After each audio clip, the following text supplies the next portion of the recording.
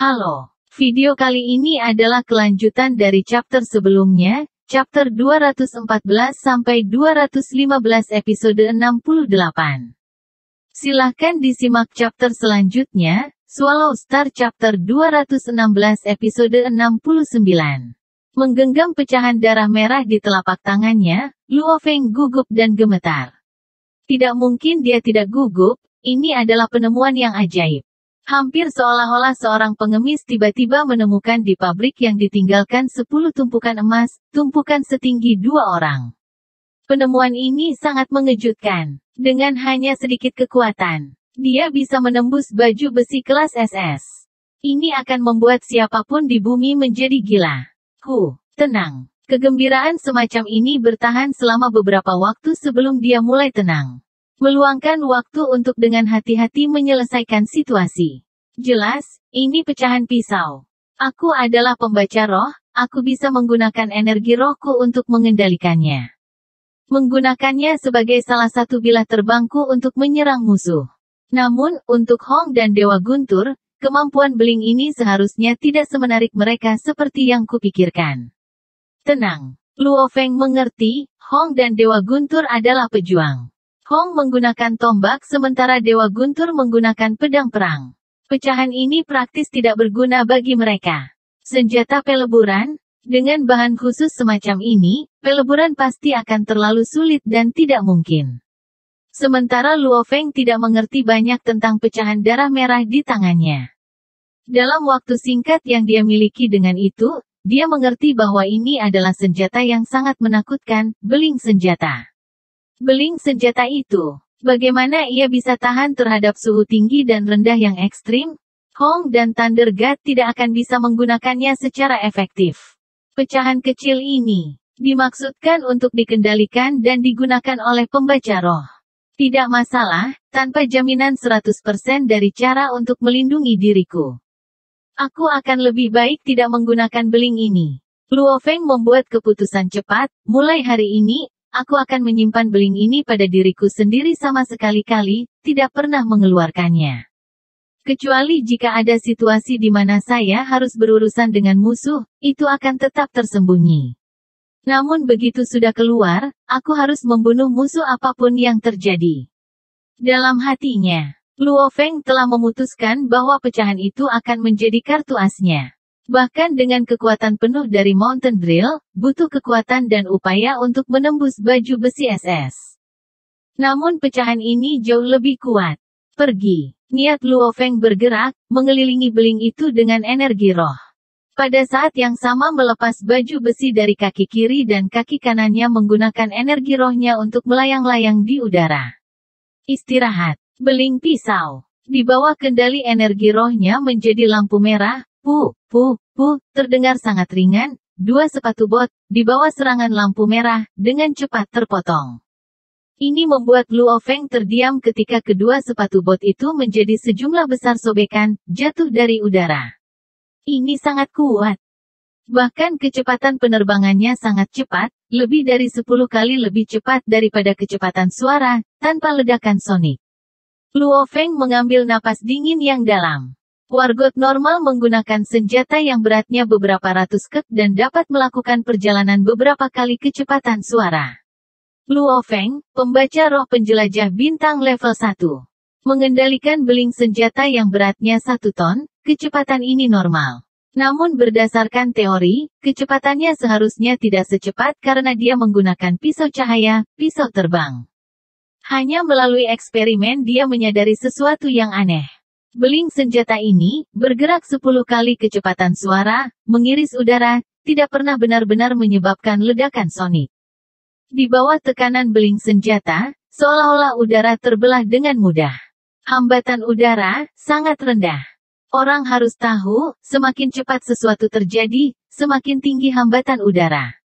Namun, beling senjata ini sangat cepat dan bertemu dengan hambatan udara yang sangat sedikit, sementara itu mungkin lebih berat daripada pisau terbang yang biasa dia gunakan, itu tidak lebih lambat banyak. Hambatan udaranya rendah. Jika pedang pertarungan dibuat dengan ini, kecepatannya akan menjadi lebih cepat menakutkan berkali-kali. Luo Feng semakin menyukai senjata ini. Pecahan ini semakin banyak. Luo Feng memandang set dewa hitamnya. Set dewa hitam. Set dewa hitam terkenal karena kemampuan pertahanannya, sangat tahan lama dan kokoh. Aku ingin tahu apakah pecahan senjata ini dapat menembus set dewa hitam. Kepala Luo Feng dipenuhi dengan pikiran ini, tidak mampu menahan godaan. Dengan pikiran, lengan pada set dewa hitam memanjang hingga 3 meter, pecahan darah merah melayang tidak terlalu jauh. Apakah kekuatan serangan senjata beling ini lebih kuat? Atau kekuatan pertahanan set dewa hitam? Mata Luo Feng menyala. Pergi. Dengan pikiran, pecahan darah merah meningkatkan kecepatannya dalam sekejap menjadi kilasan merah. Karena sifatnya yang dibangun secara khusus, dengan hambatan udara yang sangat rendah, orang hampir tidak bisa mendengar suara angin samar dari gerakannya. Pada saat itu, beling senjata merah sudah memotong ibu jari set dewa hitam. Hampir seperti memotong akar pohon, dengan sejumlah besar tanaman dan vegetasi melilit beling, itu jelas sulit. Dengan susah payah, beling akhirnya menembus. Jempol set dewa hitam bergoyang sesaat, sebelum secara alami, seperti air yang mengalir, dengan cepat bergabung kembali. Seolah-olah itu tidak pernah rusak. Ini benar-benar berhasil, Tuhanku. Hati Luo Feng benar-benar bersemangat. Dia tahu tidak peduli seberapa kuat kemampuan pertahanan set dewa hitam. Itu harus memiliki batas. Tidak mungkin ada serangan yang bisa menembusnya 9 lapisan. Namun dia, hanya traveler bintang level 1. Dengan bantuan beling senjata ajaib benar-benar memiliki kekuatan untuk memotong set dewa hitam. Sementara itu hanya sesaat, set dewa hitam diperbaiki dengan sempurna setelahnya. Tapi Luo Feng mengingatnya dengan sangat jelas.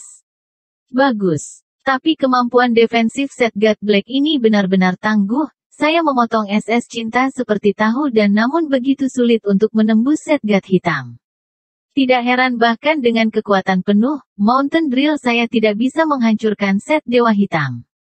Luo Feng senang, dia tahu mulai hari ini. Jika dia terperangkap dalam deathmatch nyata. Bahkan jika perwakilan ketiga, keempat atau kelima menghadapi dirinya sendiri, akan mencari mati. Namun melawan Dewa Guntur atau Hong, dia tidak memiliki jaminan seperti itu. Menemukan kristal muya dan beling senjata ini. Jantung Luo Feng berdetak kencang, apakah akan ada harta lainnya, seperti potongan beling senjata lain ini? Dengan pemikiran ini, Luo Feng meminta maaf kepada Su Xin yang masih menelepon, dan melanjutkan pencariannya. Sekitar 15.600 meter di bawah tanah, jauh di dalam lapisan batu yang tebal. Terkunci pada target, memperoleh pecahan dari lapisan luar. Ubah saran, mulailah memikat, riak kecil perubahan yang tidak dapat terdeteksi oleh mata telanjang telah dimulai. Dari bagian terdalam dari bawah tanah dalam garis lurus di sepanjang lapisan batu. Mencapai Luo Feng yang sedang menggali. Hal ini, yang tidak terlihat oleh mata telanjang, peralatan, dan kekuatan spiritual langsung menuju ke pikiran Luo Feng. Luo Feng secara bertahap menuju lebih dalam. Luo Feng memandang komunikatornya. Dia menerima telepon. Halo, jawab Luo Feng. Luo Feng, ini aku Liu He. Pernahkah Anda menemukan sesuatu, lebih banyak kristal? Perwakilan yang tak terhitung jumlahnya telah mencari tetapi bahkan belum menemukan sehelai rambut. Liu He tidak ditugaskan. Aku belum menemukan kristal apapun, itu semua berdasarkan keberuntungan. Luo Feng tertawa. Aku sudah berdiskusi dengan yang lain. Kami bermaksud mencari 6 jam lagi. Jika kami tidak menemukan apa-apa, kami akan kembali. Liu He berkata, kita bisa kembali bersama kalau begitu. Baik.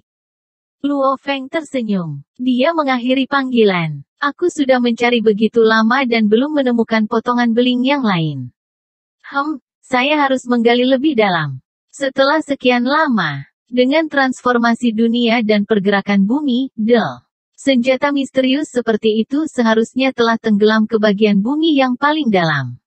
Luo Feng melanjutkan untuk melangkah lebih dalam. Hingga mencapai 9.000 meter di bawah tanah. 9.000 meter, 10.000 meter, 11.000, 12.000. Lebih dalam dan lebih dalam. Akhirnya, 15.000 meter. Tiba di tujuan. Sembunyikan pintu kabin, tutup. Jauh di bawah tanah ini.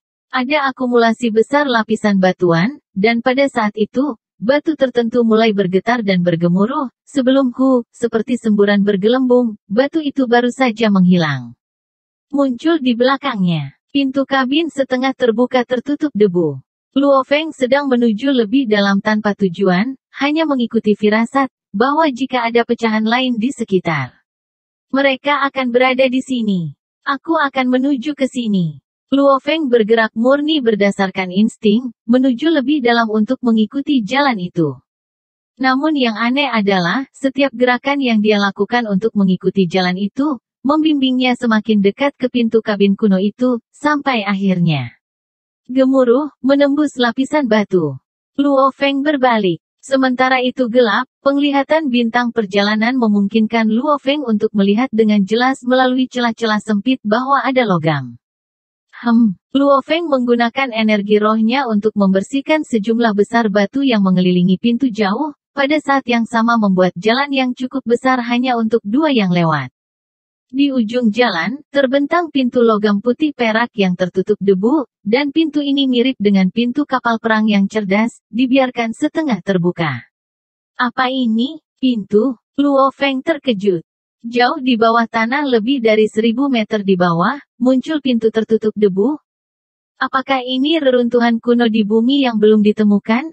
Luo Feng sangat gembira karena dia tahu bumi telah menemukan banyak reruntuhan kuno dan Hong dan Dewa Guntur telah menerima pengetahuan dari reruntuhan ini. Mungkin alasan mengapa Hong dan Dewa Guntur berhasil tetap begitu tinggi di atas semua orang yang berkuasa. Pintu apa ini? Jantung Luo Feng berdetak kencang. Segera mengerahkan 18 bilah dari pesawatnya yang melonjak. Bilah-bilah itu dengan cepat menjadi kabur, menghancurkan batu-batu yang mengelilingi pintu. Setelah batu-batu itu dibersihkan, sepotong demi sepotong jatuh, itu mengungkapkan logam putih perak yang sama. Kehancuran kuno ini mungkin saja berbahaya. Luo Feng seperti monyet penasaran. Ingin memakan buah persik tetapi khawatir tentang perangkap yang mungkin ada di sekitar. Mengambil satu langkah waktu sampai dia hanya 20 meter jauhnya. Sapuan energi roh. 20 meter dari pintu. Luo Feng memfokuskan energi rohnya di sepanjang pintu dan menembus permukaan, memeriksa apa yang ada di balik pintu misterius ini. Itu adalah. Luo Feng tercengang. Matanya merah karena kegembiraan dan keterkejutan. Akhir dari chapter 216 episode 69. Terima kasih.